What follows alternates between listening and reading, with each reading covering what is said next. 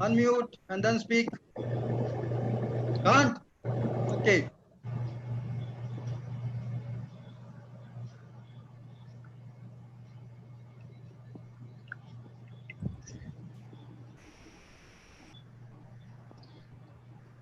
Poonam ji, Yes, sir. there are some members from DSTF in this panel. Yes, sir. Can't they unmute themselves? No, sir, they can mute. Because Pragya, I know Sir, her, and she's sir, not they able to. can. They have all the rights to mute themselves. I think they are not She's doing it. waving her hand. She says no, she can't. Okay, okay. I'm checking, sir. Just Just see give Miss me, Pragya yeah. Kiran. Just give me a minute, sir. I'm doing that. Yes, Hello, sir. Pragya. Yes, sir. I'm doing it. Yes. Yes. Pragya ma'am, I think is unmute. She can speak and her video is also open.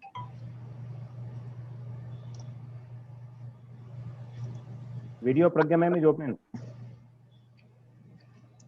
She is muted. Yes, Hello. she is here. Oh, she's okay. Pragya ma'am is here. Hello, On- Pragya. Yes. Hello. on the- Hello. Good Hello, morning. ma'am. Good morning, ma'am.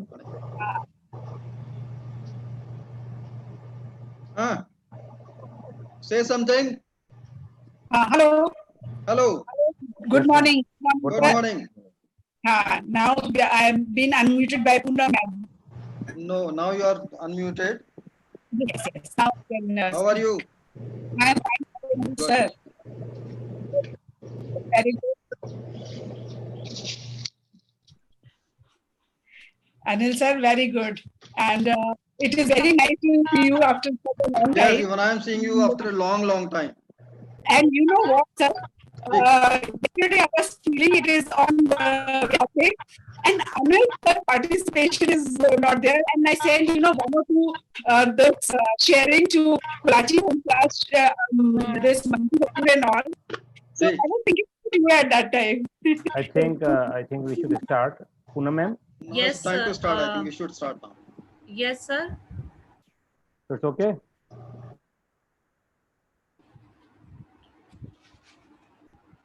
I'm sorry I have muted everyone because it's 11.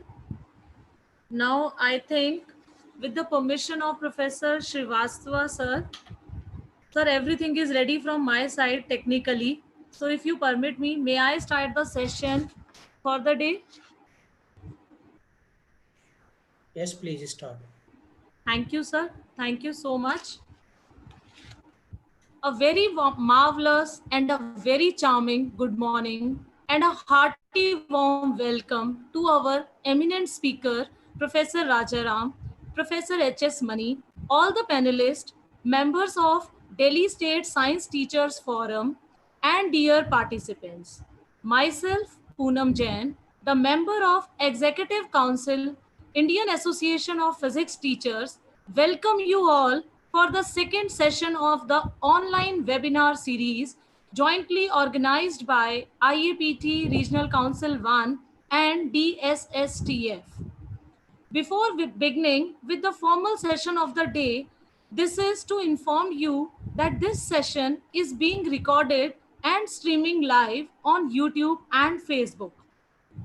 It is our pleasure that approximately 400 participants has joined us via Zoom and approximately same number I am expecting on the YouTube and Facebook.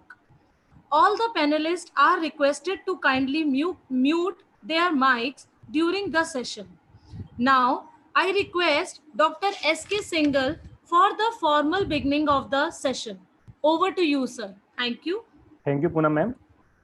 Good morning, all participants, panelists, and respected professors. Myself, Dr. S.K. Singhal, Treasurer IAPT RC1, Delhi, Haryana. Welcome to all. Now, today the Professor Rajaram Nityananda in the IAPT online lecture series of Wave Optics-2 on the polarization.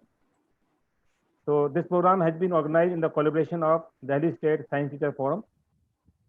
For certificates and attendance is mandatory in the Google form. The live Google form, the link of Google form will be shared in the chat box and YouTube. The participants are requested to post their questions in the question answer box only. Those are unable to join through the Zoom, they are requested to join through Facebook or YouTube Live. They're also requested to write their name and email in the comment box. Now I request Dr. M.S. Bhandari, Secretary IAPT RC1, to deliver the welcome address and introduction about the IAPT RC1. Dr. Bhandari, sir. Dr. M.S. Bhandari, sir.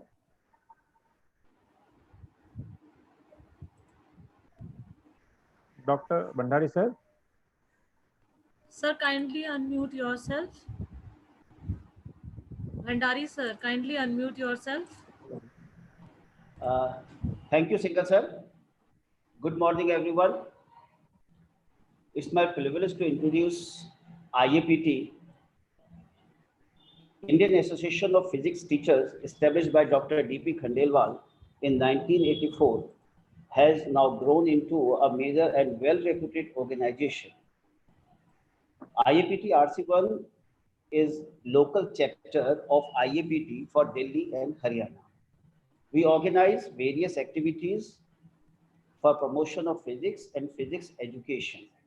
Some of the main activities of IAPT RC1 are Professor Ved Ratna Memorial Lecture, regional competition in paper presentation, regional competition in innovative experiments in physics, training workshops on hands-on approach of teaching physics.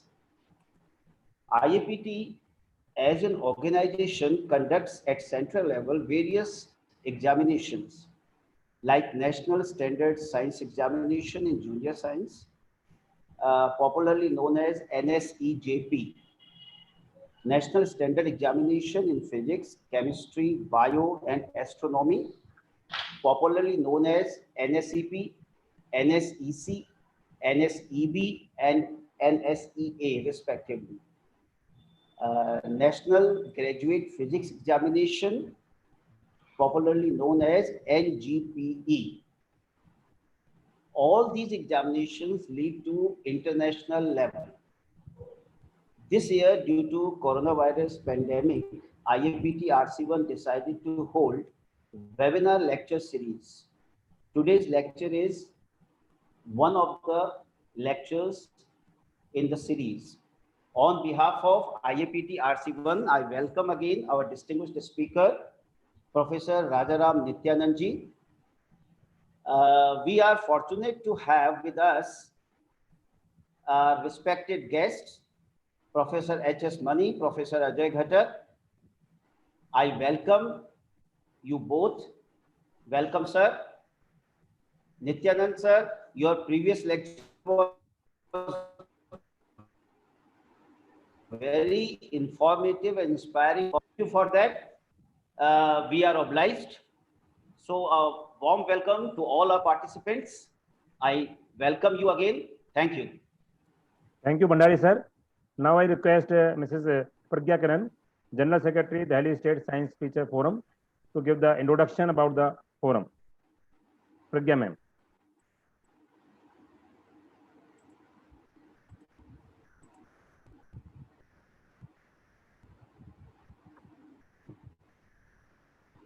Ma'am, kindly unmute yourself. Unmute yourself.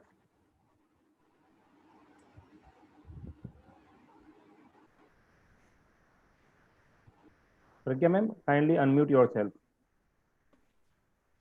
Hello, good morning. Good morning to all of you.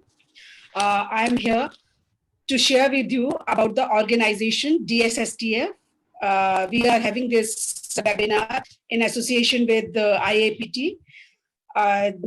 So this Delhi State Science Teachers Forum, it is an organization in which the science teachers from the primary level in the primary teachers in school till the university level, educational administration, scientists from DRDO, NBL, people from NCRT and SCRT, they are all the members of this organization. The aim of DSTF is to popularization of the scientific attitude among masses and to improve science education, and especially in the school, government school level. Since its inception in 1979, Science Forum is indulged in many activities Every year, we conduct Science Open Merit Test for class 10, in which thousands of students, they participate from Delhi and NCR. After the result, we also make, a Science Open Merit Test. There is a function always in the month of July, but this time due to pandemic, we have to see how and when we are going to do that. The function is organized to appreciate the efforts of the teachers as well, who have helped the students to participate and prepare them. And we offer a 10,000 rupees scholarship to the students who have come in the top 7 category of the merit list, and provided they have taken up science in the +2 level. And when they come to write the exam, a sample paper is also given to them, which is prepared on the side lines of the CBSE guidelines, CBSE. And this question paper helps students as well as teachers to prepare for the 10th class board exam. We critically analyze the class 10 science paper and class 12 physics, chemistry, and biology paper on the same day of conduction of the exam. Report is submitted to CBSE, and our suggestions are incorporated while making marking scheme. This benefits also thousands of students who have appeared in the board exam. We organize study circle meets on second Saturday of the month to popularize science among masses. Now, DSTF is, I'm proud to share here that we are recipient of the National Award by Department of Science and Technology, Government of India. Many eminent personalities like APJ Abdul Kalam, Ms. Dr. M.S. Bhandari, Professor D.S. Kothari have deliberated from time to time in the events organized by our organization. Members of Science Forum have been asked to take up many projects by Directorate of Education, like training of lab attendants of government school, developing science kits, Science Congress, which is organized every year by the DOE, Inspire Award, state, district, and zonal level science exhibitions to judge the exhibits. Science Forum had its representation in formation of National Education Policy and now in New Education Policy as well. We have long association with IAPT. Many members of the Science Forum are members of IAPT and vice versa. We participate in each other's events and take suggestions and discuss things. This webinar is in association with IAPT, is another step to bring us closer. We look forward for more such events.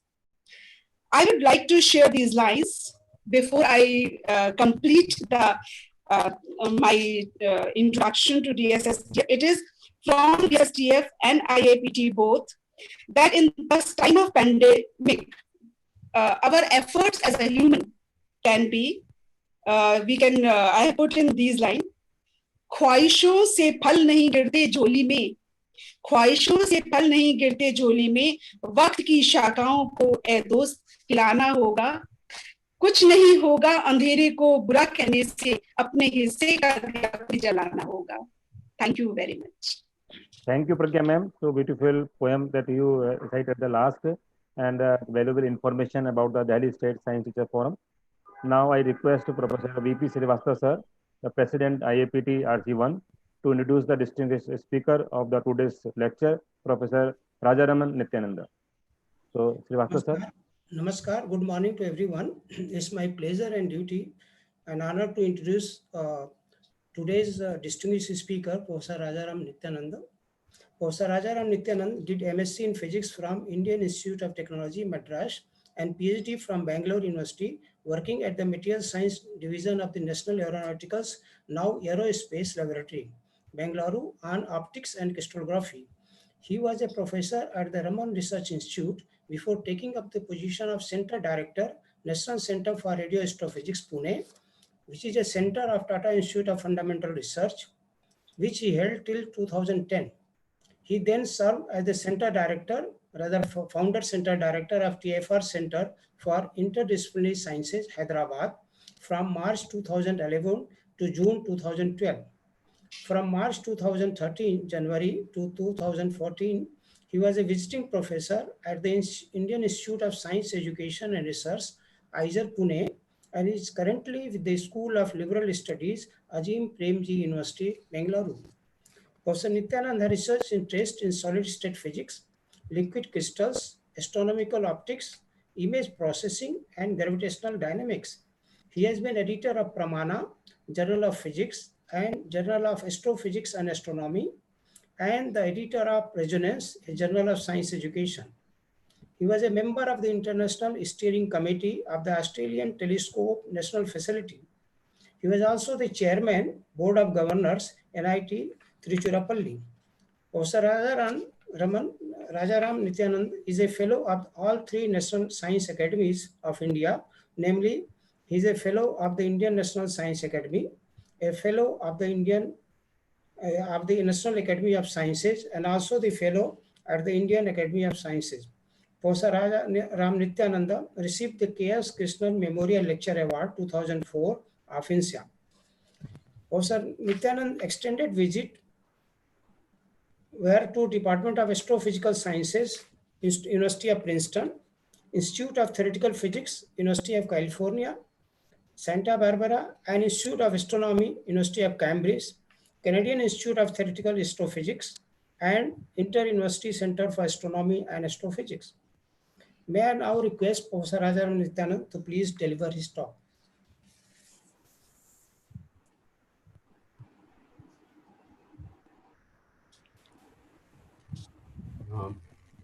Thank you, Professor Srivastava, for your kind introduction. And it was a revelation to me to hear about the broad-based science teaching organization, which has united with just the physics teachers to arrange this. In fact, this is my second opportunity to talk to you. And when Professor Srivastava had originally requested me, he had suggested that I deal with all of wave optics, including polarization, in one lecture. But since polarization is a favorite topic of mine, I requested him to give me a separate lecture. I'm also aware from my experience in working on the NCERT textbook in the 1990s, in fact with Professor Srivastava, that this is regarded as one of the more difficult chapters. And one has seen that every successive textbook, the amount of content regarding polarization usually comes down. But nevertheless, it's a rather basic topic of wave optics. So this time I will not confine myself narrowly to the topics in the syllabus. After all, I'm talking to teachers and who knows how the syllabus may evolve in the future. Some people are teaching in schools with different boards. Okay, so I would like to start not with a plain electromagnetic wave, but with an actual physical source of electromagnetic radiation. Right. So this double arrow here represents, let us say, an electron which is oscillating up and down, and maybe there's a neutralizing positive charge at the center. So we really have a dipole, right, which is the function of time. And that is the fundamental source of electromagnetic waves, not just in theory, but the actual experiments of Hertz or the experiments carried out by Jagdish Chandra Bose basically utilized an oscillating dipole. Okay. So the dipole moment is proportional to the product of the charge and the displacement, and I'm considering a single frequency. And then we can ask, what's the familiar example of this? In my days, it used to be radio or TV, but today I think a mobile tower would be an appropriate example. If people look at the mobile tower, they will see certain vertical structures covered with plastic, which represent dipoles, actually currents, which move back and forth and radiate electromagnetic waves. Okay. Now, if you want to be a little more quantitative, the field at any point at some distance r, okay. So first, let us stick to the plane perpendicular to this dipole. what we could call the equatorial plane, and the electric field is proportional to the acceleration. So if you differentiate this twice, you will get omega squared there, and this will be useful later.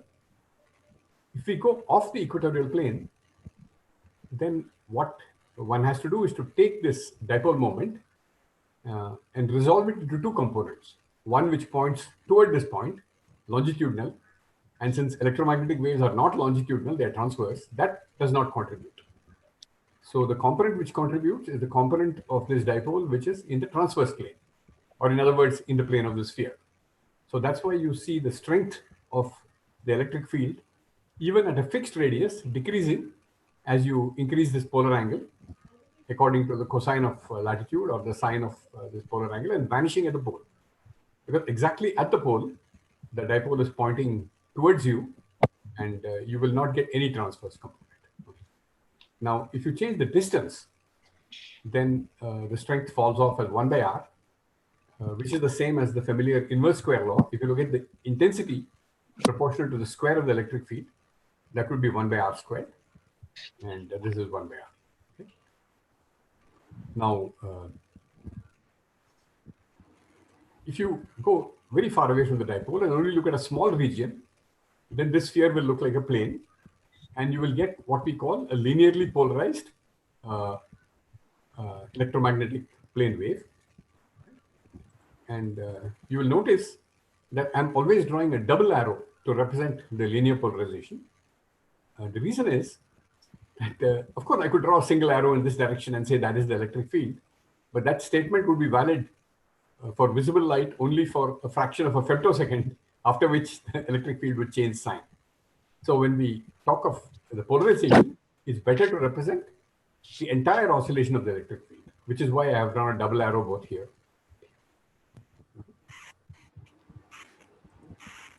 So let us say we are now gone far away from the source. So we are now seeing a plane electromagnetic wave, which is linearly polarized. In other words, the electric field, which I am representing by a red arrow, is oscillating back and forth. And of course, the magnetic field is perpendicular to that arrow of some other color. And they oscillate in phase for this propagating electromagnetic wave. And both are perpendicular to this direction of propagation, as we just saw. Now, I actually prefer this figure compared to the usual one, which we put into textbooks. And maybe I have to confess that maybe I was also guilty of putting that in the wave optics textbook many years ago. That figure, you have a straight line, then you have something like a snake, and you have a number of arrows puncturing that snake. It's not wrong.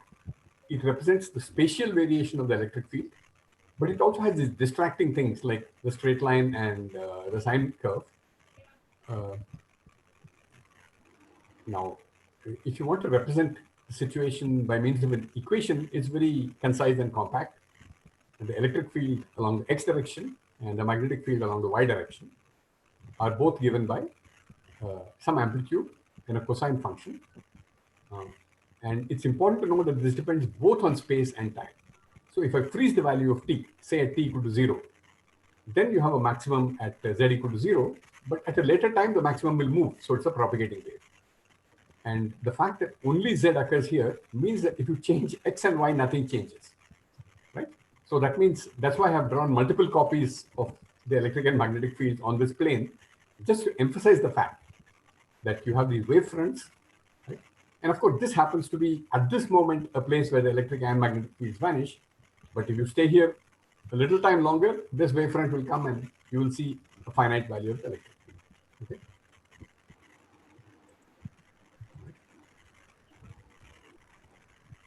Now, before talking of polarization, we should talk of unpolarized light.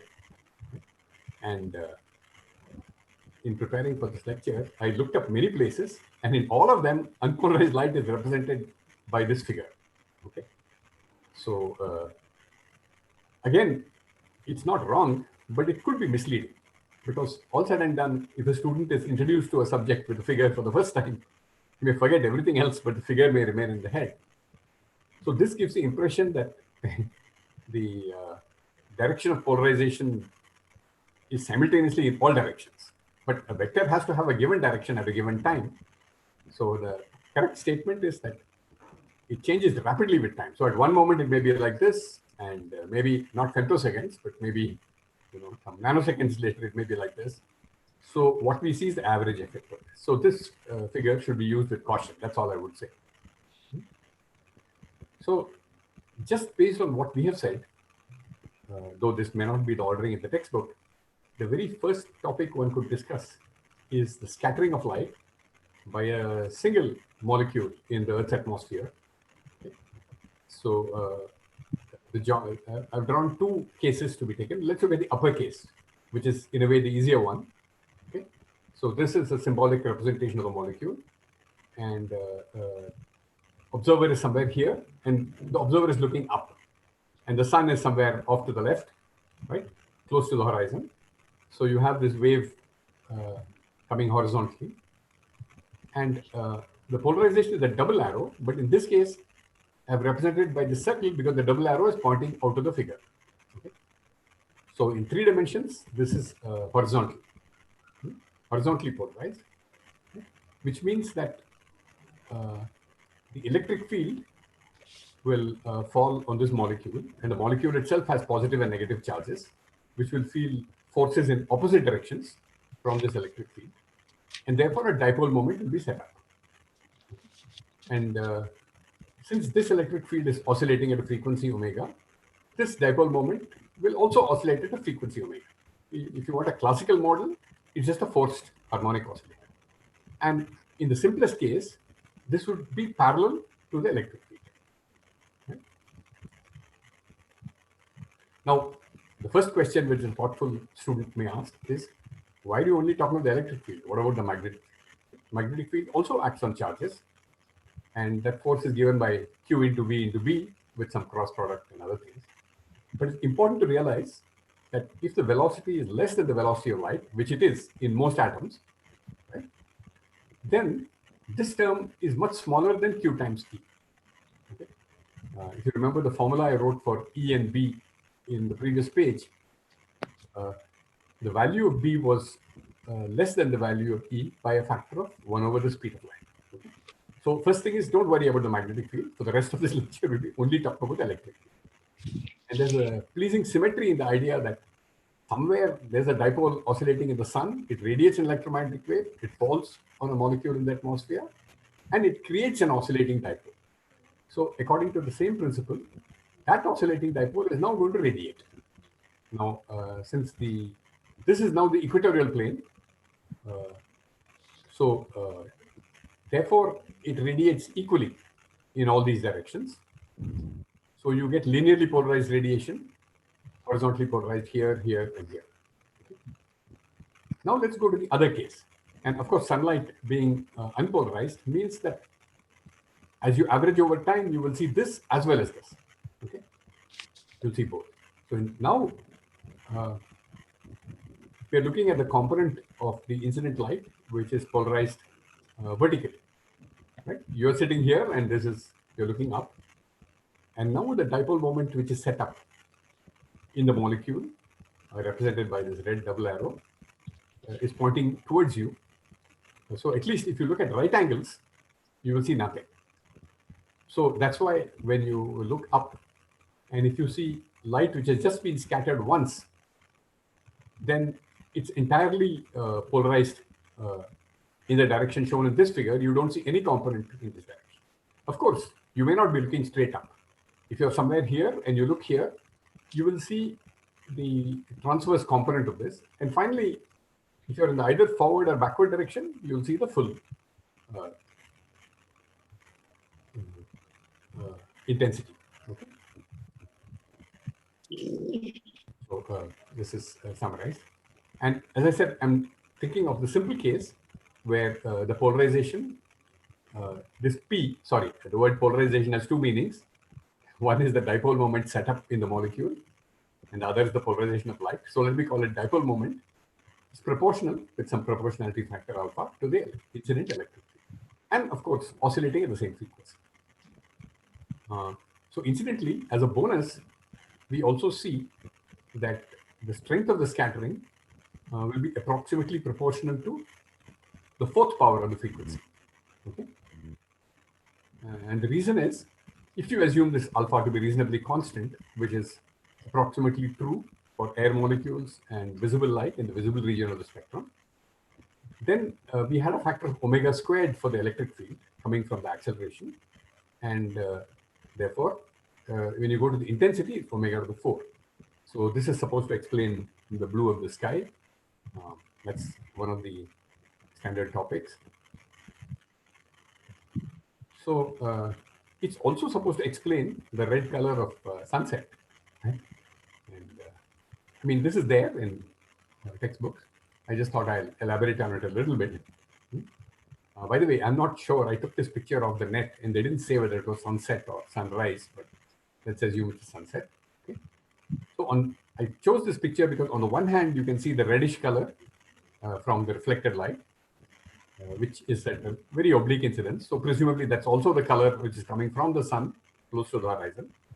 At the same time, you also see the blue of the sky here. Right? So how can the same scattering give rise to red for the sun? And so it's all a matter of geometry.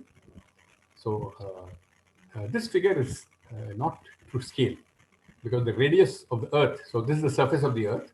You are sitting somewhere here. The sun is somewhere near the horizon. The radius of the Earth is 6,000 kilometers and the thickness of the atmosphere is only about 10 kilometers. Okay? But I have to exaggerate these.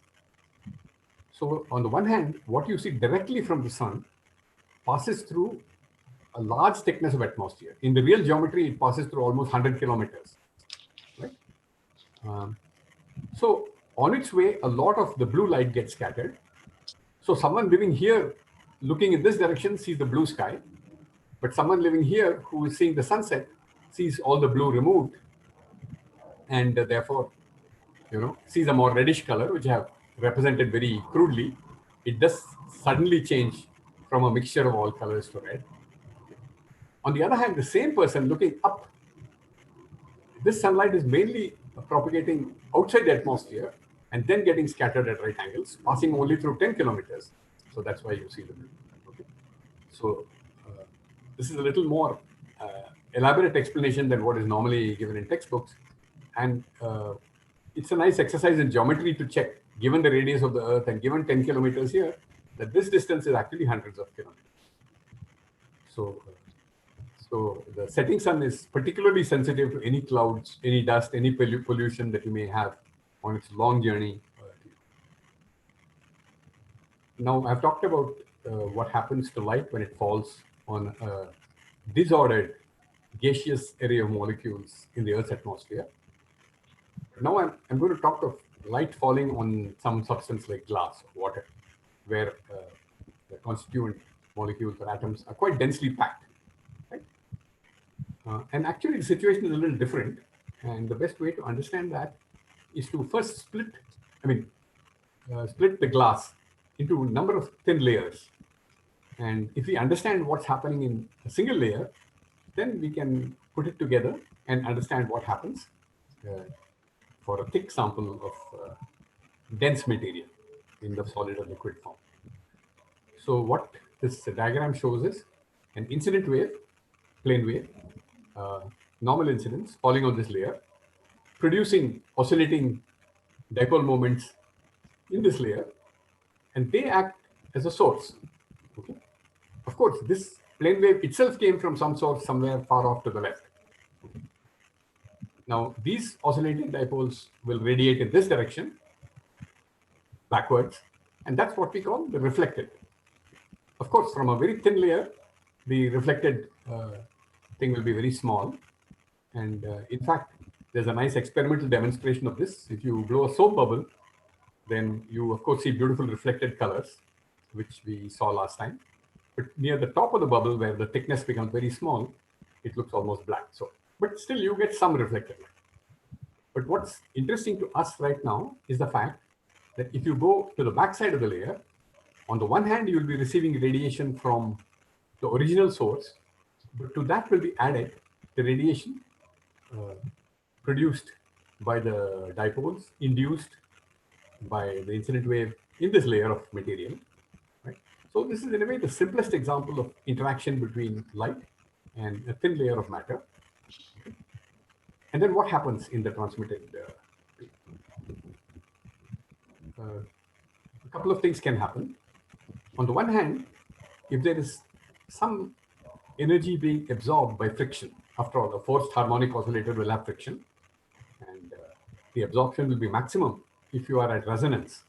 If the frequency of the electromagnetic wave agrees with the natural frequencies of these oscillators, then some of that energy will go away as heat here, which means that the total energy in reflected and transmitted will be less than the incident wave. So this is what we call absorption. But it can also happen that, let us say, no energy is absorbed here. And again, if the students still remember the forced harmonic oscillator from the 11th standard, they would realize that if the frequency of the external force acting on this oscillator is well away from the resonance, then the phase relationship between the displacement and the force is such that no energy is absorbed. Okay. In fact, this concept occurs in AC circuits as well. So if no energy is absorbed here, then this transmitted wave should have the same energy as the incident wave, assuming that the reflected intensity is very small, but its phase changes. Okay? So then one can also ask, if and a student may well ask, well, when you talked about the atmosphere, you said each of these radiates in all directions. Now, when you talk of a layer, you're saying that this only sends a reflected and transmitted wave. Why aren't you talking of waves which go in all directions? And the answer really comes from the earlier discussion of diffraction wave optics. If you look in some other direction and you sum up the waves from all of these, they will actually interfere destructively because of phase differences. But the two directions in which they are constructive is backward and forward. So right now we are interested in the forward direction. Okay, so in the forward direction alone, you get this wave. Now, so it's actually interesting that if you have a random arrangement of molecules which are quite far apart, like in a gas, of course you do get a transmitted wave, but you also get scattered wave. But if you have a dense arrangement, like a perfect crystal, or even glass or water, the scattering can be very small. And this has a very interesting practical application. In fact, it won a Nobel Prize, and we use it all the time in our daily life. We're using it right now in this webinar. If you take a kilometer of optical fiber, which is a dense material, right? The technology has become so good that the loss in transmission is only some 3% or something like that. Right? And of course, this achievement was not created overnight. And Mr. Cow actually won the Nobel Prize for this because this is such a practical thing. You know, you can have optical fibers going for hundreds of kilometers. Of course, then you have to amplify it again. So an interesting fact, therefore, that if you have material in a dense form with many layers, you get a phase change. Now, let me illustrate that with a few equations in the next slide. But before that, I'd like to make one more point. In our discussion of polarized light, we introduced at a very early stage the Polaroid, which is the substance which absorbs one polarization and does not absorb the other. Or that's an ideal Polaroid. A real Polaroid has a much greater absorption for one direction and less absorption for the other. Now, the reason for this is fairly complicated. If you just had a simple molecule, as we discussed in the case of scattering light by air, the dipole moment is pretty much the same for both polarizations. But the Polaroid is deliberately made either by embedding small crystals in it or by polymers, so that the properties of the material in two perpendicular directions are completely different. And one is absorbed and the other is not. Okay. So that's the model. Tourmaline is a natural crystal and Polaroid a synthetic substance, which has this property. So let me elaborate a little bit on what I said about the origin of refractive index and the origin of absorption, both resulting from interference between the original wave from the source and the wave which it induces in the material. And because it's interference, I'm calling it coherent forward scatter. Okay. So you start with a wave like that. Suppose I want to change the amplitude. What should I do? Just change A to A minus delta A. So I've written out A minus delta A. Delta A is small, it's a thin layer. And therefore, we have the original wave and we have this extra piece. So in this case, the extra scattered wave produced by this layer has a negative sign, and apart from that is in phase with the original wave. On the other hand, suppose I take the same wave and make a small change in its phase, not in its amplitude. Okay? And I'm going to neglect higher powers of this phase. Right? So we now have this factor which represents the well-known time and space dependence of the wave. But now we have added a small phase and we are expanding out using cos A plus B. And so you have cos of delta phi, which is being taken as 1, and sine of delta phi, which is being taken as delta phi, right? Which is a good enough approximation.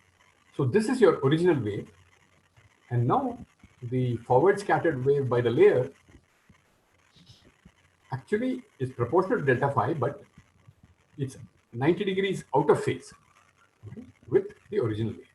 So whether you get absorption or whether you get refraction, change of course, in real case, you get both. Depends on the relative phase of the scattered wave with the incident wave.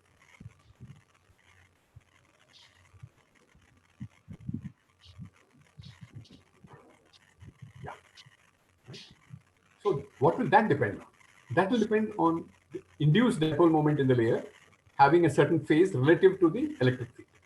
And this ties up with our discussion of the forced harmonic oscillator model.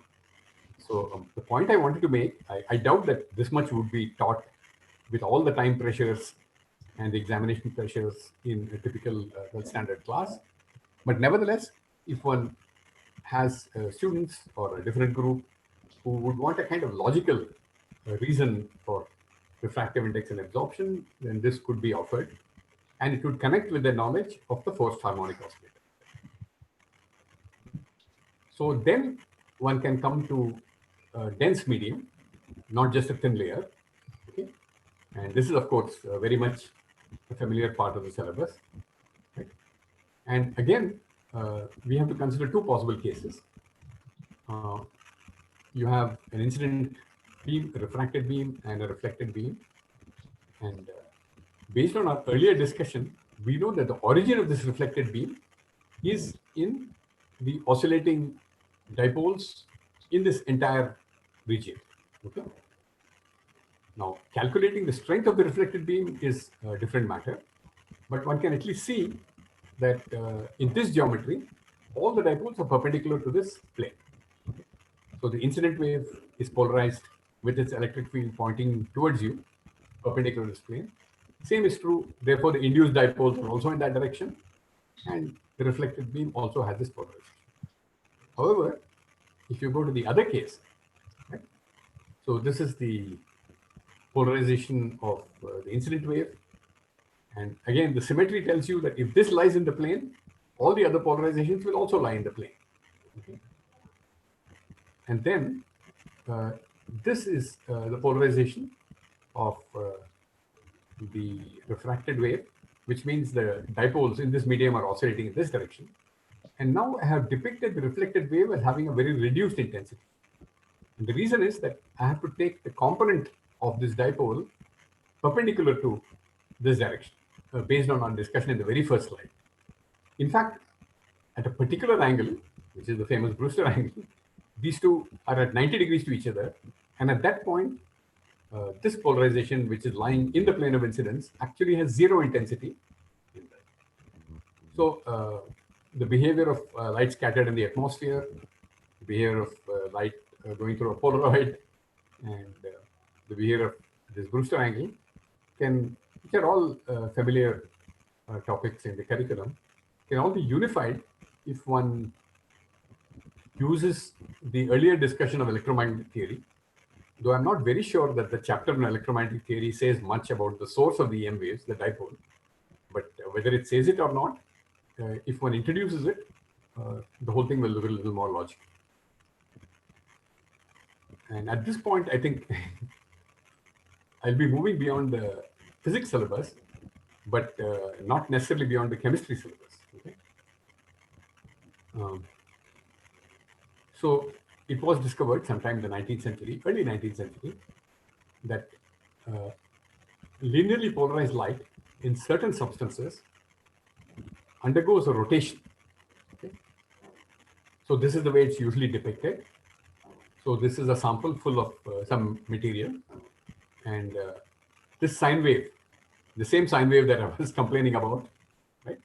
But I think now you know this represents the spatial variation of the electric field, not just so at a given instant of time, the electric field is horizontally polarized as it enters this medium. And of course, it's not only on this line. The electric field fills the whole space. But it's enough to draw it along this line because on other lines parallel to this line, it's exactly the same. Okay. So if you think of this as some kind of ribbon, it's as if this ribbon is twisted. And in the case shown in this figure, it's being twisted to the right. Okay. Let me see. Yeah. Okay, right. It starts like that and it's being twisted.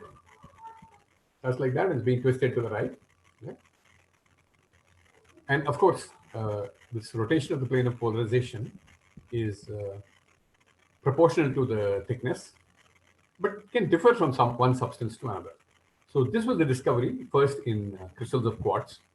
Okay. I think the French scientist Arago discovered this. And then I mentioned the rivalry between the English and the French. So an English person called Herschel, but not the person who discovered Uranus, but his son, okay, he found that if you look carefully at quartz crystals, there are actually two kinds, which are mirror images of each other. Okay, I think. And the mirror image quartz crystal would rotate the polarization of light in the opposite direction. So that's a very interesting connection between the rotation of the plane of polarization of light and the mirror symmetry of these two crystals. So that's the situation sometime around 1820. And then a very remarkable contribution was made by a person called Louis Pasteur, whom we remember for other reasons. I mean, we all drink pasteurized milk, and some of us may know that he discovered the vaccine for dog bite, for rabies. So what is this person doing with polarized light? Well, he was also a brilliant chemist. And in fact, he was working on wine. Okay. He believed in working on practical problems. So in fact, he worked on wine, and tartaric acid is, I mean, you wouldn't want tartaric acid in the wine. In fact, South Indians have it in their sambar, right? It comes from tamarind. But the residue of the wine after winemaking has tartaric acid. And he found that it has optical rotation. But then he realized that if he synthesized tartaric acid that had no optical rotation. So how could something which is chemically the same, and you could check the chemistry, all the reactions, everything was the same, how could it that when it comes from a living thing, like a grape, it shows optical rotation, but it doesn't? And he carried out a beautiful experiment in which he took tartaric acid made by chemical synthesis, crystallized it, and then very carefully picked out the crystals into the two mirror image forms. I mean, this is I don't think people will be able to do that experiment today, but Pasteur was able to do it. And then he found that one half of the crystals showed optical rotation exactly as the crystals from his wine did, and the other showed the opposite rotation. See, remember at that time, the understanding of chemical structure was not very good. Okay? So he, of course, went on to make his great discoveries regarding bacteria, regarding vaccines, and so on. But it took the chemists a long time to catch up. And these diagrams, of course, are the ones that chemistry students are taught today. So all these lie in a single plane, but this bond tells you that it's sticking out of the plane, and this dotted line tells you that it's going below the plane. likewise in the other. And you can see that these two are mirror images of each other. But for that, you have to appreciate, and that happened in only 1870, that this carbon atom has these 4 bonds going into three dimensions.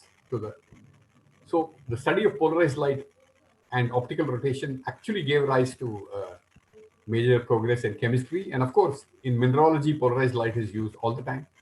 Any good geology lab has something called a polarizing microscope. Okay. So here is the history, which I've already told you about, just putting it up for completeness. So I think students tend to think of the chemistry and physics as two totally different things. And I think the syllabus also is there. So syllabus, we say, okay, maybe we don't have enough time, so we'll remove rotation of the plane of polarization. But the chemists will certainly, under organic chemistry, will learn this. And to distinguish the two forms, they will learn about polarimetry. So a common substance which shows this is sugar. So if you want to demonstrate it to your students, please use sugar solution. And it's a non-destructive experiment. You can later on recycle the sugar solution to make a gulab jamun or anything else. I want not to leave the story without bringing in another very interesting example of rotation of the plane of polarization. And that was discovered by Faraday. And Faraday's motivation was completely different. He intuitively, without any equations, felt that there is some connection between light and electromagnetism. This is well before Maxwell's electromagnetic theory. And he kept carrying out experiments. And somewhere we have to ask, why did he take a piece of glass? Why did he put a magnet on one side of the piece of glass? So if you think of the geometry, if you place both the north and south poles on one side of the piece of glass, the field lines will be parallel to the glass inside. And then he looked for rotation of the plane of polarization. Many of Faraday's experiments have this miraculous character. He discovered new phenomena in any case, this is now well known. It's called the Faraday effect. Okay. Another example of, and again, it comes from a violation of mirror symmetry. Maybe if it comes up in the question hour, I can say a little more about how the magnetic field violates the mirror symmetry. So that if you reverse the magnetic field, then you will get rotation in the opposite direction. Now, as far as the syllabus is concerned, I think circular polarization is regarded as something which is probably too complicated, and probably deservedly so. I realize what kind of pressures teachers are. Right? But nevertheless, to get a deeper understanding of this optical rotation that we just talked about, it really helps to think about circular polarization. So let me get into that. Okay. So it's not difficult. One just has to have the time to discuss it in the classroom. So we have already talked of a linearly polarized electromagnetic wave, and we just chose one polarized along X, but it could be polarized along Y, it could be polarized along any other direction, right? Nothing special about the X-axis. So here I have taken linear polarization of X and along Y. Let us say we had two such waves, same frequency, same direction of propagation, and you combine them. What would you get? Well, if you have two equal vectors along X and Y, you will obviously get a vector along 45 degrees whose magnitude will be square root of 2 times that. So this is one way that you could combine linear polarization along X and linear polarization along Y. But notice that these two are in phase. When this is a maximum, this is also a maximum. So this doesn't give you anything new. However, you do get something new if you have linear polarization along X, but linear polarization along Y with a 90-degree phase difference.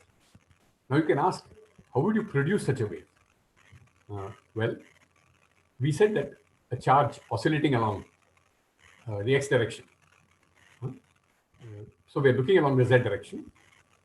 Charge oscillating along the X direction can produce this. A charge oscillating along the Y direction can produce this. But we all know that circular motion can be thought of as two simple harmonic motions with a 90-degree phase difference.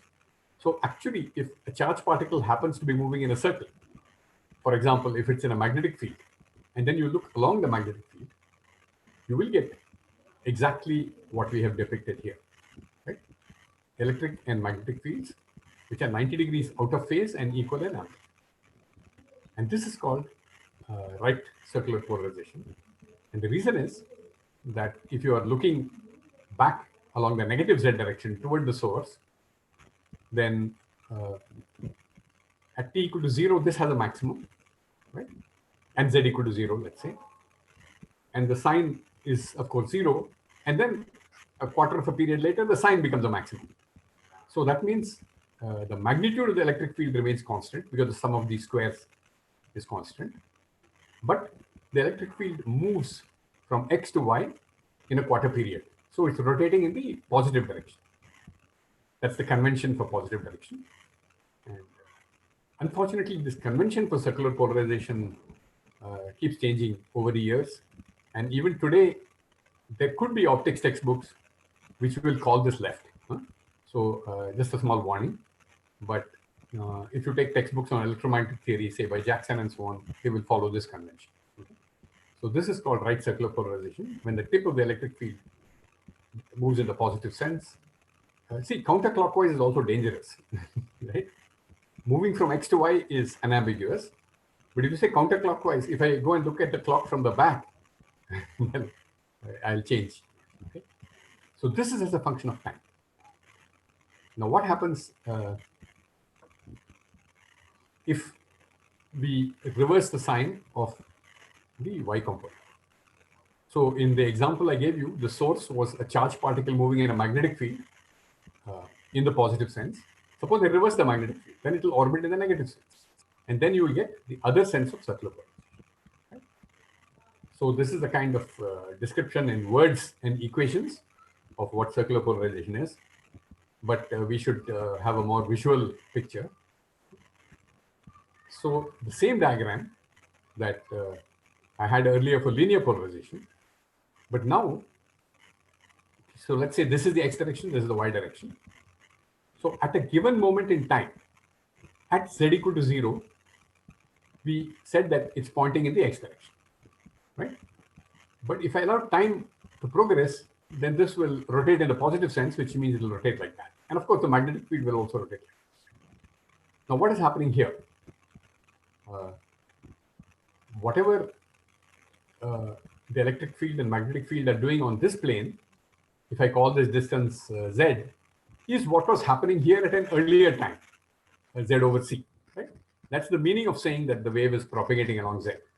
That the latest news is here, and you know, what was happening earlier here is now happening here and now happening here, and so on, right? So this electric field is actually what was happening at an earlier time here. Okay? So therefore, the electric field is rotating in this direction. So it's actually left circular, right? It's rotating in a clockwise direction. Now, suppose one wants to understand the space variation of the electric field at one instant of time, right? Now, earlier, if you go back to the old picture, I won't go back, we got a sine wave. But now you get something more interesting, right? The magnitude of the electric field remains the same, and this forms a helical path. Okay. So a circularly polarized wave does not have any nodes of the electric field. It's never zero anywhere, but the tip describes a helix as a function of space at a given time. It describes a circle as a function of time at every position, except that these circles are out of phase with each other. Now, I'm incapable of producing an animation which shows all this, but fortunately, one was available in Wikimedia Commons. So this will show both the space and the time variation. Okay. This happens to be right circular. So if you look at this plane z equal to 0, you see this arrow moving in the positive sense, right? But you also see that this entire pattern is moving at the speed of light in this direction, right? So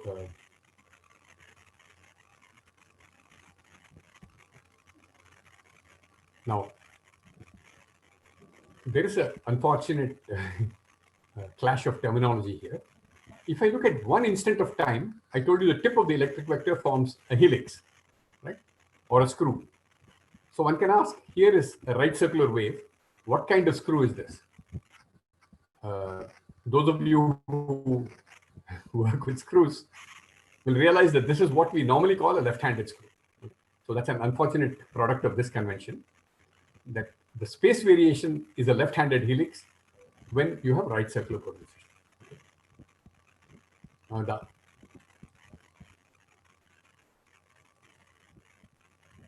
Now I want to make one more point. Suppose there's an electron or any other charged particle. It experiences an electric field which is rotating in this plane. So again, we can use this idea of two simple harmonic motions in circular motion. So when the electron starts moving under the influence of this electric wave, it will also move in the same sense. So this is a kind of simple argument saying that this wave actually carries angular momentum. Right? This electron is set into motion, carrying some angular momentum. And where could it have got this angular momentum? Only from the wave. So that also is the reason for the modern convention that what we call right circular carries angular momentum in the direction of propagation. And here is left circular. So in space, it is a right-handed helix, but as a function of time in a given plane, you can see that this is now moving clockwise. Okay. So it's interesting that light itself comes in two mirror image forms. If you think of circular polarization, that's why I put these two figures up. Okay. So it's very natural that if the interaction of a particular, say, right circular light with a particular quartz crystal will be the same as the interaction of left circular light with a mirror image quartz crystal. Okay. And that is a nice way of understanding this phenomenon. And at this point, I do want to, we always reproduce things from Wikipedia, right? And these are found in Creative Commons, and very generously, people like Dave3457 have put it for use, for academic use. And inspired by the quotation, there's a quotation from Mirza Ghalib, which I learned recently. And he said, "Yahi कीमत है मेरी कि एहसान रहे चश्मे खरीदार में." Okay. So all that Dave3457 is saying is please acknowledge. So ये मेरी एहसान मंदी है Dave347 के पास. Okay. Now we made circular polarization by combining two linear polarizations. But one can reverse the process. And so here is right circular as we wrote it down. Right? Ex, Ey, one is cos, one is sine. Left circular, we flip the sign of Ey relative to Ex. Now let's add these two. So in the X direction, you will get 2a cos, and here you will get nothing, right? So you can generate polarization along X by taking right circular and left circular as written down here and adding them up. Now suppose I want polarization along Y. What do? I keep this left circular, but put an extra minus sign in front of everything. So this becomes minus and this becomes plus. So now you can see that you will, if I create a 180-degree phase change in the left circular, then keeping the right circular the same, we now get polarization along Y. So something interesting seems to have happened. We have introduced an extra 180-degree phase change in one of the circular beams, and the linear beam has rotated by 90 degrees. Okay. Now, suppose I don't want X and don't want Y, but I want some other linear polarization. You might guess, based on what we have just seen, that if you put a phase difference of phi here, so just put a phi, plus phi here, plus phi here, and then if you do enough algebra, you should get linear polarization along phi by 2. Now, the good news is I'm not going to do the algebra. I'm going to do it pictorially. So here is the circle in which the electric vector moves, right? This is the x-axis, okay? You ignore these two axes for a moment. This is the x-axis, and right circular is moving in the positive sense, left circular is moving in the negative sense, okay? But now what I have done is, I have introduced a phase lag phi. So this has already reached the x-axis, but this one has not yet reached the x-axis. That's why I'm saying it's a phase lag by an angle phi. So what happens? These are moving in opposite directions, so they will meet in the middle. So if I had chosen this as the x-axis, some x prime axis, then these two would have met, and the component along the y prime axis would cancel, right? That you can see. So if you want to create linear polarization along phi by 2, what you have to do is to take left and right as I defined in the earlier figure, but now retard the left circular by phi. Okay. So actually this is easier to understand, but I think younger people should be able to do the algebra and check that the picture agrees with what you get by actual calculation. So this gives us a new insight into rotation of the polarization. And this insight is, like so many things in optics, credited to Fresnel. Okay.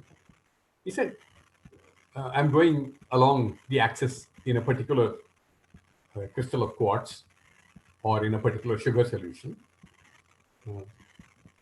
which has two mirror image forms. Light also has two mirror image forms. Okay. So it could well be that there is a difference in refractive index between left and right circular when they traverse one of the mirror image forms, and that difference gets reversed when they go to the other mirror image form, right? So instead of thinking of rotation of the plane of polarization in terms of linear waves, you can think of it as a right circular wave or a left circular wave will propagate in a crystal of quartz or in a sugar solution without change of its polarization. But it will undergo a phase change due to the refractive index, which will be different for light and heat. So that kind of completes what I wanted to tell you about circular polarization.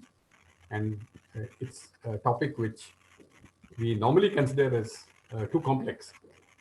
But on the other hand, as far as the chemistry syllabus is concerned, rotation of the plane of polarization is certainly included. And one of the powerful tools used by chemists, especially those who analyze biological molecules. Okay. Remember, biological molecules, as Pasteur found, are the ones which could exist in one of the two mirror image forms. And one of the tools for studying that is what is called circular dichroism, different absorption for left and right circular. So this is of practical interest. I also passed over a little sentence which I had saying that the handedness of a biological molecule could be a matter of life and death. So there's an example, and not a very nice example. From the 1960s, a particular pharmaceutical company made a drug called thalidomide, which occurred in the left-hand, right-handed forms, and they didn't bother about separating them. And this apparently gave a lot of relief from headaches and so on. But when it was taken by an expectant mother, it caused a lot of damage to the child. And this was discovered, unfortunately, only some years later. And initially, like all pharmaceutical companies, they kept denying that there is a bad side effect. And today, people realize that if you separate the two forms, one of them gives you the good effect and the other causes all the damage. Okay. And at a more familiar level, many of you probably take Cetirizine. I take a lot of it if you have a cold or allergy. And again, this comes in two forms. And apparently, if you pay a little more, you will get one of the forms, Cetirizine. Because for a chemist to separate these two forms is quite a feat. Life does it naturally. So let me come a little bit to astronomy. This is a picture of the sun taken in a particular solar laboratory. And they're looking at circular polarization of one of the lines, one of the spectral lines of the sun. and that has the opposite sign depending on whether the magnetic field is going into the sun or out of the sun. So it turns out that these magnetic fields are very strong in sunspots. So this was a discovery which was made in the beginning of the 20th century. But today, of course, this kind of picture is made and it tells you a lot about the sun's magnetic field. So this is one example of a magnetic field pointing toward the observer, which you can distinguish using circular polarization. And this is an example. This is an object called the Crab Nebula, which sky watchers, amateur astronomers love to look at. It's quite a bright object. But when studied, in this case with radio waves or with optical light, it also shows polarization. And now this shows linear polarization. So again, there are magnetic fields. Now we're talking about magnetic fields which are in the plane of the sky. Okay. So when something moves in a circle around that magnetic field, you're looking at it edge on and you see linear polarization. So again, this has been a very powerful tool. Right? Okay. So I'd like to stop my discussion of polarized light at this point, and it's really a topic on which one could go on and on. And as I said, I've already gone well beyond what's in the syllabus, but I hope you found it interesting, and I'd be happy to take questions. Thank you, sir. Thank you, Professor Rajaram, sir. So enlightening and excellent lecture for this today. Now I am requesting you, Professor Yogesh, sir, Dr. Yogesh, sir, because the session is open for the question answer. So I'm requesting Yogesh, sir, to take charge of the session. And all the participants are requested to write the question answer only in the question answer box. Yogesh, sir. Thank you, Singal, sir. Before proceeding towards question answer session, I would like to thank our distinguished speaker, Professor Rajaram, sir, for taking out his valuable time to deliver a wonderful talk. Thank you, sir, for sharing wide spectrum of knowledge. And here I can see many queries in the question answer box. So now the session is open for question and answer. So here is first question from Dr. Piyush. He's asking, sir, kindly explain the interaction of light with electric and magnetic field. Okay. Sir, what do you? Was the question the interaction of light with electric and magnetic fields? Yeah. Yes, sir. See, if you have an electric or magnetic field in vacuum,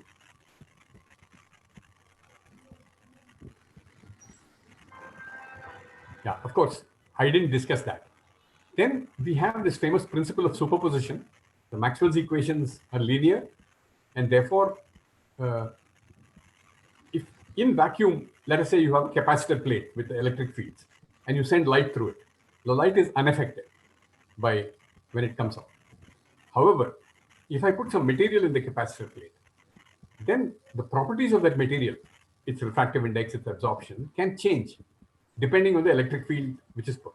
So indirectly, through the influence of electric and magnetic field on the material, and then the influence of the changed properties of that material on light, the two interact. But in vacuum, at least as far as the Maxwell theory which we learned is concerned, these fields simply superpose.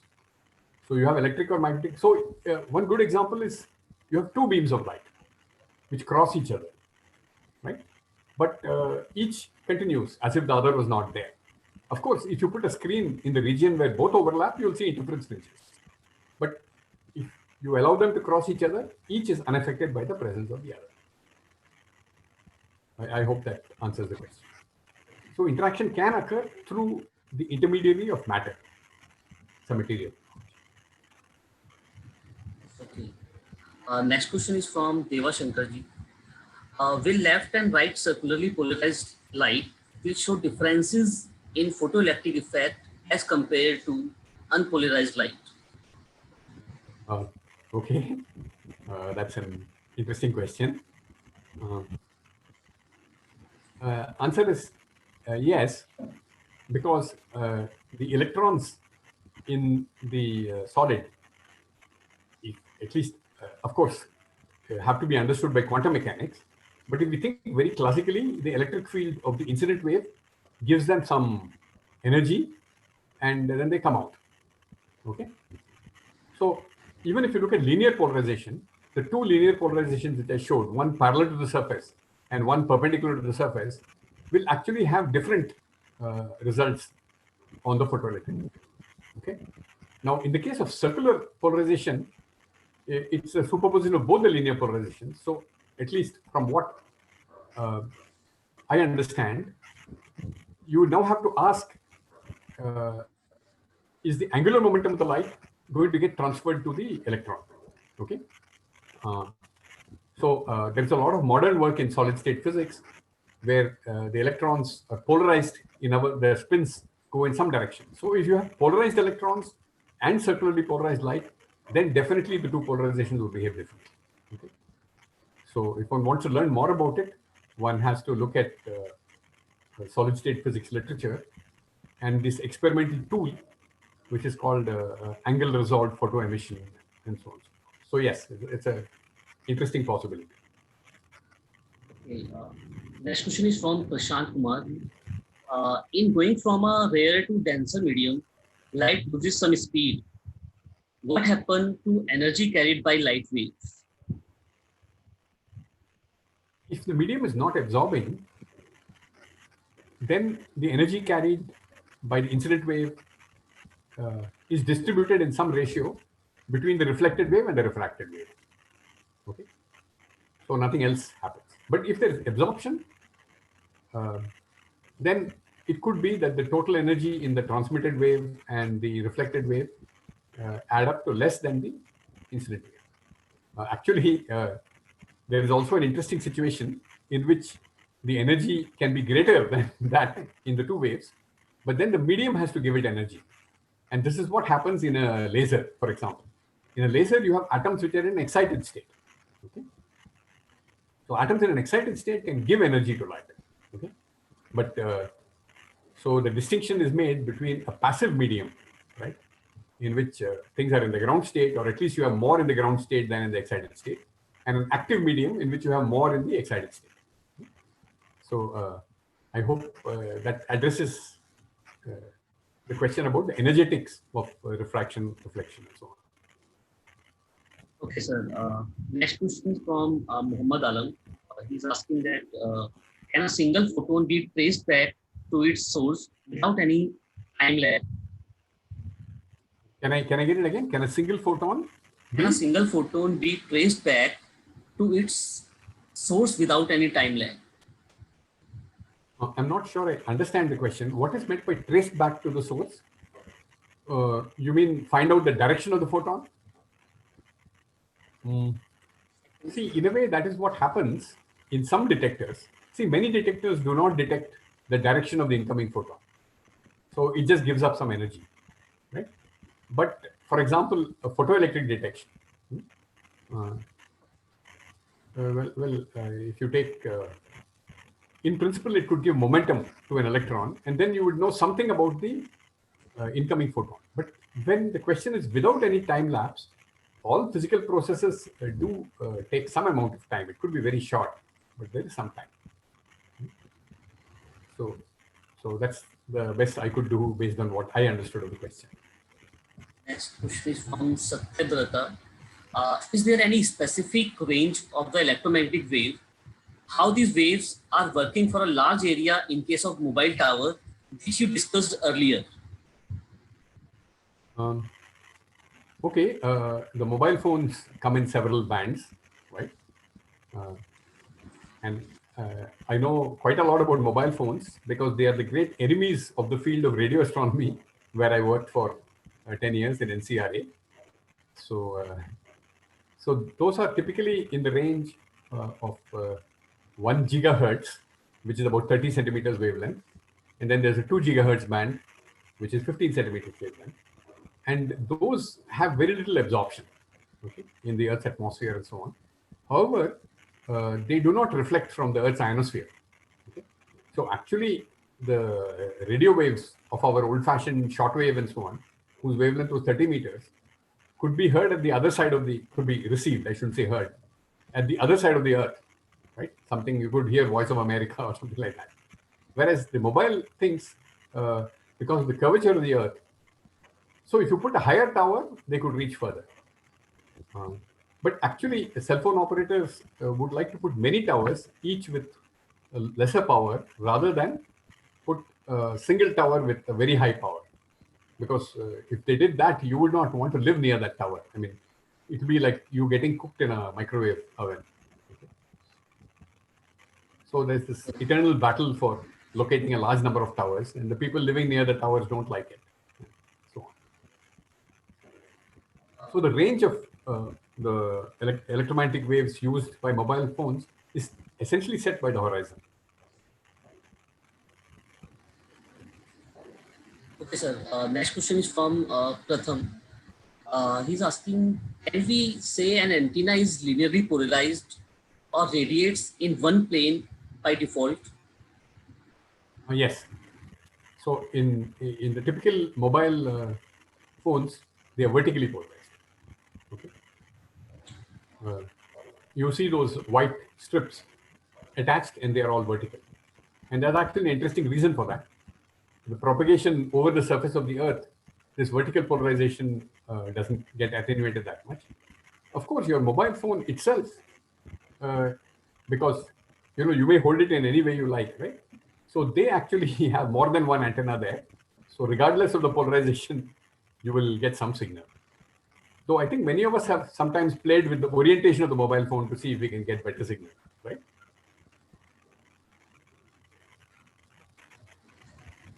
Okay, sir. Next question is from Abhishek Gupta. Why we are not considered magnetic field in explaining polarization?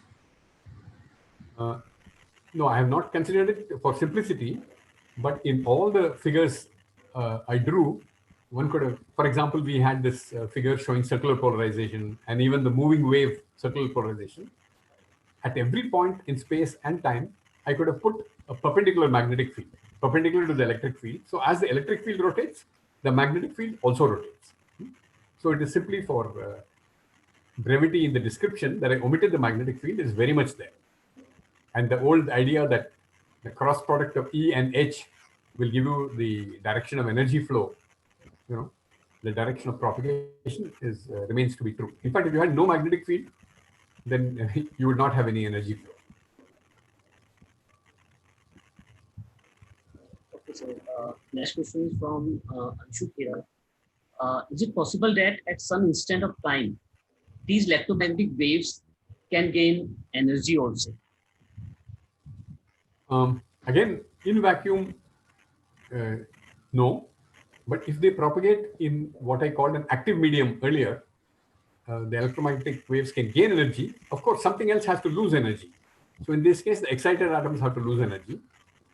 Of course, sometimes you can maintain the excitation and then something else, which is called the pumping electromagnetic wave or other forms of pumping, maintain the active medium. So overall energy conservation is respected and transfer occurs through matter. So next question is from Shubhashish. In transmission case, the light wave which would not be incident on gaps in layers, then how will it be transmitted? You're saying if there are light waves which are not incident, I'm sure, can I understand that correctly? On gap in layers, yes, yes. So maybe I'll go back to the diagram. Yeah. So I have taken the case where there is a source somewhere on the left and it is striking this layer, right? And it's getting transmitted. Now, of course, any real layer will be finite, right? Can't be infinite. So it's possible that some waves actually miss this layer. I don't know whether that's what one has in mind. And then of course, you will not get these phase changes and all that. Of course, you could still get diffraction, right? Suppose there's a layer of metal and, even the waves which miss the layer of metal will get diffracted. But I'm not sure, again, whether that's what the questioner had in mind. Yes, it is certainly possible. If you have a finite layer, rays, some of the energy can miss this layer completely, and then it will not undergo absorption or phase change.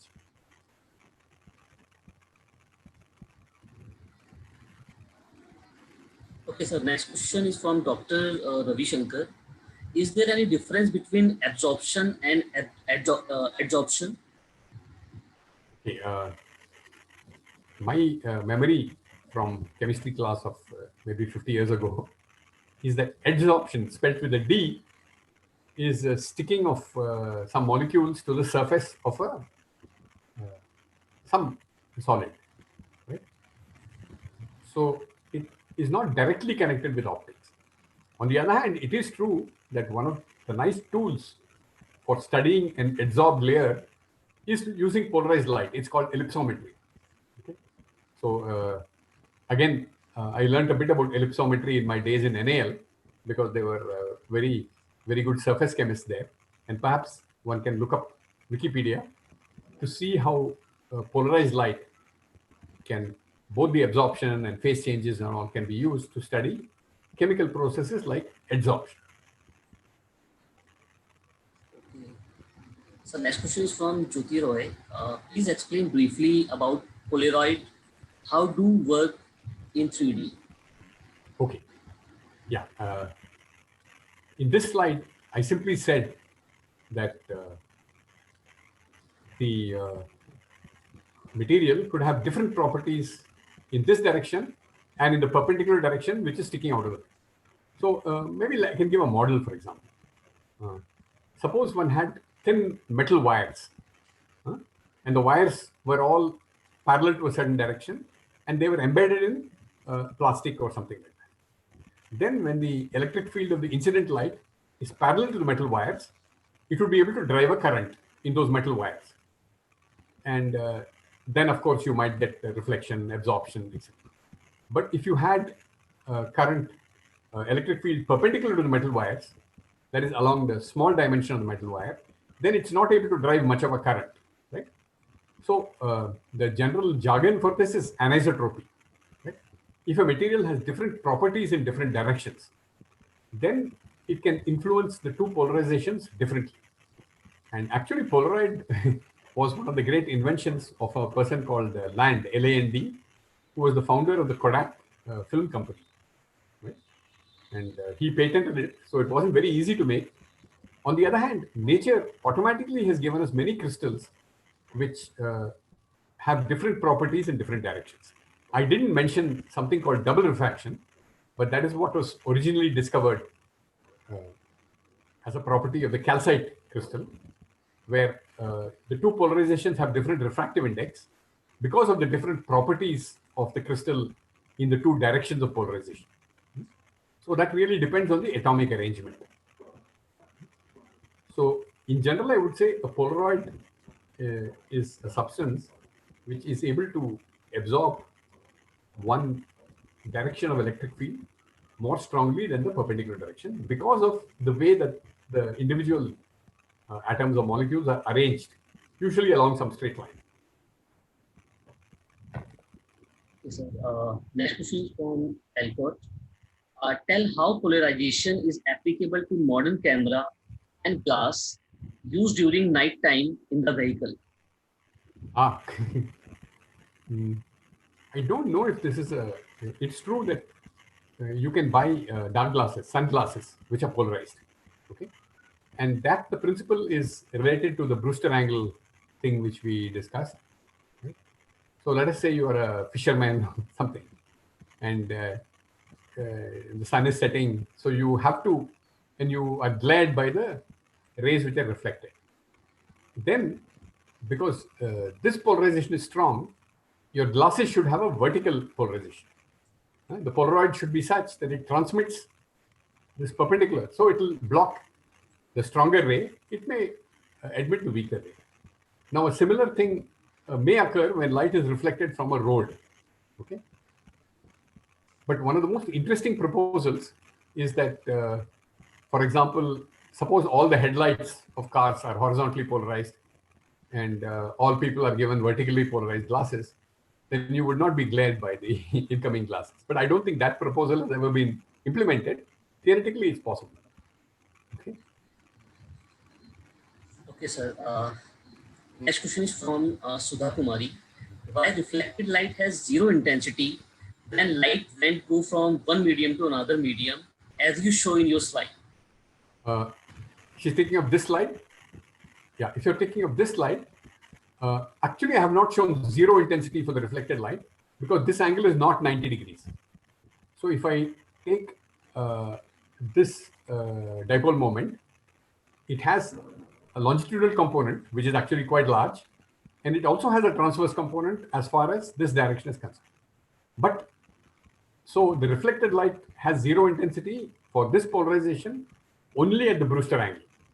And the Brewster angle is defined as the angle when the refracted and the reflected rays are at 90 degrees. Right? So I plus R is 90 degrees. Right? So I think that's how you prove that tan I is equal to the refractive index. Okay? So I don't want to give the impression that reflected light always has zero intensity, only at this specific angle. So it's actually interesting that quite often you're outside some building and let us say it has a glass wall and you are not able to see inside even though it's transparent because the external light is much brighter and it's getting reflected off that wall. So that makes it more difficult for you to see what's going on inside. But if you could use this Brewster angle phenomenon and select a suitable polarization, and then you will actually be able to look inside.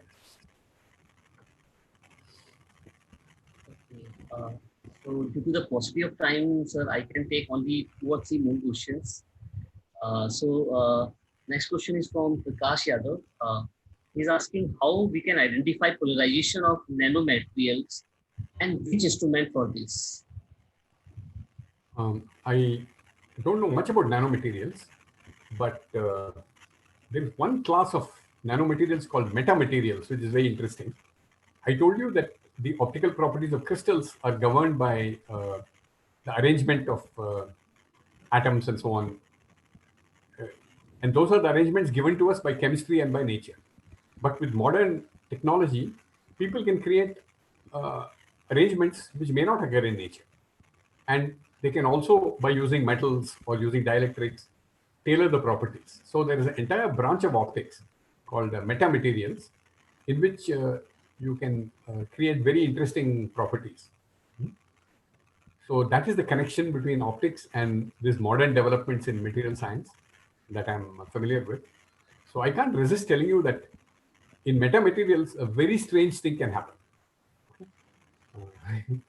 So you have this incident light, and then the refracted light actually goes this way. Not only, right? Not on the same side of the normal, but on the opposite side. So if you believe your formula sin I by sin R, you would say that n is negative. Now this possibility of negative refractive index was only thought of as a purely theoretical thing, but today people are able to make such materials. So that's a very interesting. Perhaps the question one also had was using light to study metamaterials, okay? And that certainly can happen. Also. I mean, study nanomaterials. But this is little outside my own expertise. Okay, sir. Next question is from Saksham. He's asking, there are numerous mobile towers in an area. Do the wave not interfere with each other and disrupt the original EM wave of a particular mobile tower? Okay. I think what people do is that every mobile tower radiates an entire band of frequencies. Okay. And each that band is split into smaller and smaller bands, each one of which can carry one conversation. Okay? And basically, these frequencies are also chosen in such a way, that's why it's called a cell phone. So the entire area of the city is divided into cells, each one of which is served by one mobile tower. Now it is true that you could have overlap between the different cells. So on the other hand, the actual frequency allotted to a given user would be different. So this problem is avoided by means of this technology of allocating frequencies and so on. So when you move from one cell to another, quite often it is true that you lose the signal, and then you pick it up from the other cell. So in a given tower, it keeps allotting these frequency channels to all the users, and this is a very dynamic process. So this problem is avoided. It's not avoided completely, because we do have problems when we move from one cell to another. Okay. Now, this is the last question from my side. Dr. Alkagar is asking, how can we detect the presence of microwave near our houses, near mobile towers? How its harmful effect can be lessened, such as the name of the portable device, can by using some special kind of glasses in window panel, its effect can be lessened. Okay. There is, in fact, you can probably buy it on the net. There are detectors for which are tuned to the cell phone band, and they will tell you the strength of these signals. Now, what is still not fully understood and somewhat controversial, and the laws in different countries are different, is what is the level of microwaves which is harmful, and therefore it should be avoided either by reducing the strength of the individual tower or by putting the towers further apart. Okay. So I had a first-hand experience of this. When I joined Azim Premji University, there was a hostel, and next to that hostel, there was a strong mobile tower. So naturally, the students didn't want to go into that hostel. So therefore, we got a company which is competent to measure, and we tried to convince them that the actual level of the microwaves was less than what was regarded as dangerous to health. Okay? Of course, if you look up a website, some of them may tell you that any amount of microwaves is dangerous to health. So how we finally convinced the students was to show that the internet router in their hostel was emitting a more strong microwave than the neighboring tower. So if they were prepared to give up internet, then, but of course, no one wants to give up internet, right? So yes, detectors are available, and there are also companies which will do the measurement for you. But how to interpret that measurement in terms of safety is really up to you. Okay, sir. So due to the shortage of time, I cannot take more questions. So thank you very much, sir, for handling the queries of the participants. In case the participant have more queries, they can mail directly to the Professor Rajaram. The email ID is shared in the chat box. So now, thank you so much once again, sir. Now I would like to hand over the session to Dr. O.P. Sharma, sir, for proposing vote of thanks. Over to Dr. O.P. Sharma, sir.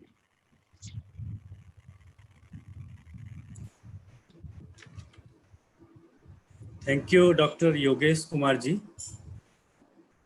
for giving me this opportunity to propose vote of thanks for this session.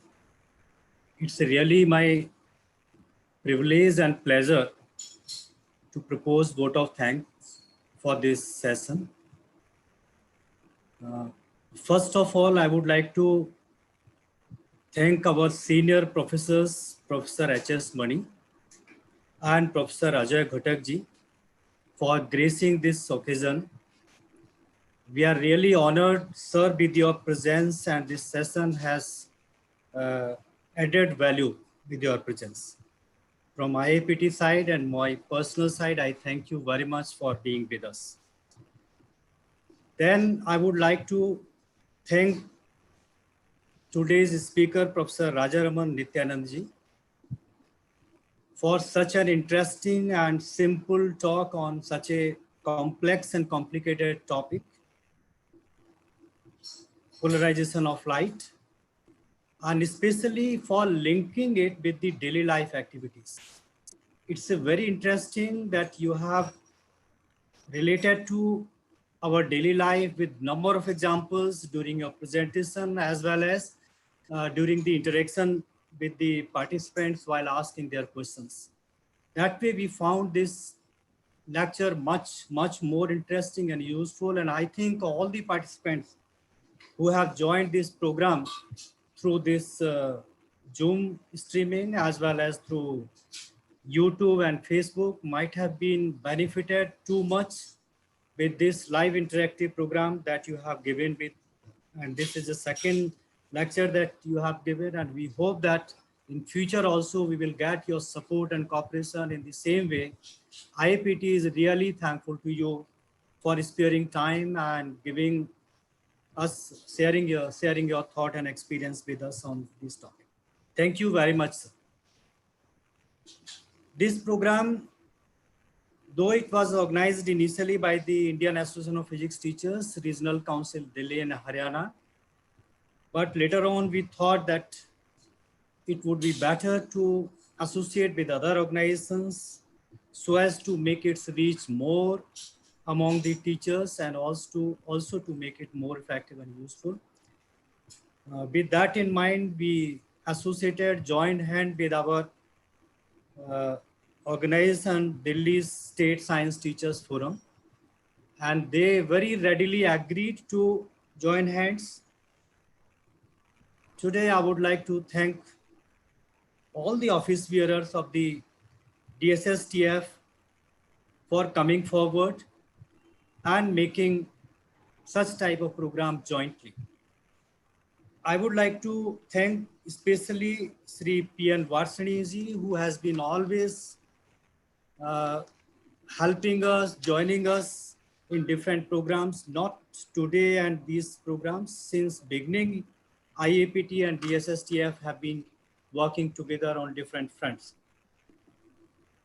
I could see the Secretary of DSTF today, Madam Pragya Kiran. I would like to thank you from IAPT RC1 site that you came forward and shared the vision and mission of the DSTF with the participants and the panelists. I could see Mr. David Johnson and Sri Srivastav ji also on the panel. I thank you all very much, and I thank all the DSTF members whom I could not see, but I hope they must be there among the viewers of the program, or even if they are not there, we are really thankful to you for coming forward and making such kind of program together with IAPT.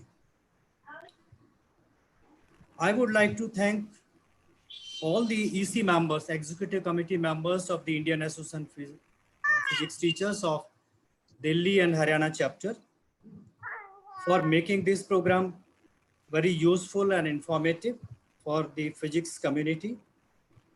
I could see here Professor Seheswani, very active and very senior executive member of IAPT. I find him in all the meetings, not only in the virtual, but even in the face-to-face meeting. He's always present there. He's certainly an encouragement and inspiration for all of us to work with more zeal and enthusiasm for the physics community. I could see my previous president of IAPT RC1, Sri Anil Kumarji.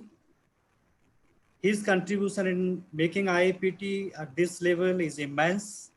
I thank you, Anilji, very much. I see my colleague of executive committee members, Dr. Seema Butts, Dr. Manoj Kaushikji, Dr. Yogesh Kumarji, Dr. S.K. Singhal, Dr. M.S. Bhandari-ji, Dr. Poonam Jain. I could see they are here in the panel, but I am sure other executive members will also be there, must have been watching us. I thank you all very much for giving all kind of support and cooperation in organizing this kind of program. This all know that such kind of programs cannot be organized without a dynamic leadership. Today we have a very active and dynamic leader, very senior, experienced Professor V.P. Srivastav-ji. I thank him from the core of my heart for taking this initiative, for organizing a series of webinars, inviting such eminent persons from all over the country and giving this an opportunity to interact with the teachers of the country. Thank you, Srivastav-ji, very much. And I hope this kind of activity will continue in futures too. and we will be able to interact and see other such eminent persons in the coming days. You can see this kind of webinar or web-based programs cannot be handled without a very experienced and dedicated team. You might be seeing a number of emails are going, number of links are being sent, number of informations daily I can see is being sent to you through different platforms, different modes. This is all possible only with the help of a dedicated technical team. And that technical team is including Dr. Yogesh Kumar, Dr. Poonam Jain, Dr. S.K. Singalji, Ms. Vandana Banga, and others also. I don't know who might be there, but I thank you very much, all the technical teams, to make this program very successful without any hindrance, without any difficulty. And we can see this is not the end of the program today. That program is finishing at 12:30 or so. They will be sending you certificates, making you certificate, interacting with you, and giving you the clarification of all your queries. More than 500 teachers were there, and I think there will be many more through YouTube and Facebook also. To deal with them, it's not a very easy task. So special thanks to the technical team of IAPT RC1. This program could not be made successful without the participation of all the physics teachers and other teachers also from all over the country. I could see there were the participants from different parts of country, including the remotest part, northeastern part, and the south part of the country. So this program was very useful because your participation. And we got more inspired, motivated because of your presence, because of interaction, and all of you who could ask questions, different kind of questions, very interesting questions related to daily life, that made the program really very interactive and useful. Because in any presentation, if it is only one-sided, then I think it may not be serving that purpose. But with your interactions, with your question answers, this program was quite interactive, useful, and we could see that how such complicated topic could be correlated to the daily life. So in a way, this was a popular science program also on a very complex and complicated topic, polarization of light. In the end, I would like to thank all those whom I have missed. There are members of our executive members who are there who are not present today, especially R.K. Tiwari ji, Javeer ji, Vikas Mittal ji, and others. Thank you all for giving me this opportunity, and thank President of IAPT RC1 Srivastav ji for inviting me to propose vote of thanks. Thank you very much to all of you. Good day. And now I request Dr. Poonam Jain to take up the further proceedings. Thank you very much. Thank you, sir. Since this is the end of the session, so I seek permission from our president, Professor V.P. Srivastava, to sign off formally. Please, please. Before signing off, I once again thank you to all the distinguished guests, speakers, members of Indian Association of Physics Teacher Regional Council 1 and Delhi State Science Teachers Forum, and wonderful participants for making this webinar series a success. Thank you so much, everyone. At last, stay home, stay safe, and more on, stay connected. Thank you so much. Now I am ending this session. Thank you, everyone.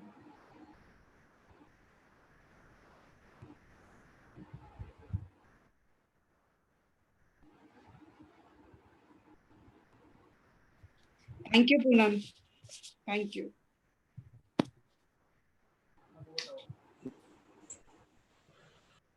phenomenon, you guys.